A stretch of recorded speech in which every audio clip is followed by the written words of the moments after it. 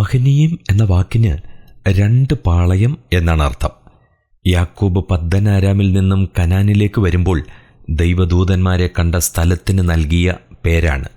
ഉൽപ്പത്തി 32 2 മനശ്ശെയുടെ അതിരിനടുത്തായി ഗാദ്യരുടെ അവകാശത്തിൽ ഉൾപ്പെട്ട ഗിലെയാദിലെ ഒരു പ്രധാന സ്ഥലമാണ് മഹനീം. ഈ പട്ടണത്തെ ലേവ്യർക്ക് കൊടുത്തു. യോശുവ 21 38.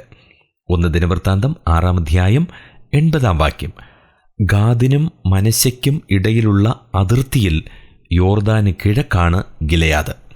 യോശുവ 13 26-30 ഗിൽബോവ പർവ്വതത്തിൽ വെച്ച് ശൗൽ മരിച്ച ശേഷം അവശേഷിച്ച സൈന്യം മഹനീമിലേക്ക് ഓടി.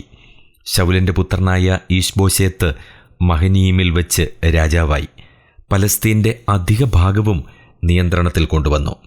2 ശമൂവേൽ 2 8-9 ഇവിടെ വെച്ച് ഈശ്ബോശേത്തിനെ രേഖാബും ബാനയും ചേർന്ന് വധിച്ചു. 2 ശമൂവേൽ 4-5-7 അബ്ശാലോമിൻ്റെ വിപ്ലവം നിമിത്തം യെരുശലേമിൽ നിന്നും ഓടിപ്പോയ ദാവീദ് മഹനീമിൽ താവളമടിച്ചു.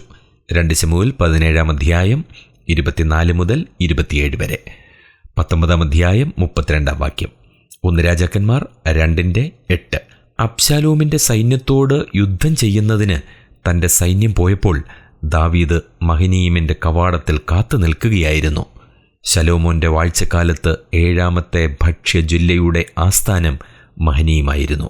1 രാജാക്കന്മാർ 4 14 ഈജിപ്ഷ്യൻ ശിലാലിഖിതത്തിൽ ശീശക്ക് കീഴ്പ്പെടുത്തിയ പട്ടണങ്ങളിലൊന്നായി മഹനീമിനെ പറഞ്ഞിരിക്കുന്നു. ഈ ആക്രമണത്തെക്കുറിച്ചാണ് 1 രാജാക്കന്മാർ 14 25-26 2 ദിനവൃത്താന്തം 12 2-3 പരാമർശിച്ചിട്ടുള്ളത്. സ്ഥാനം ഇനിയും നിർണയിക്കപ്പെട്ടിട്ടുമില്ല.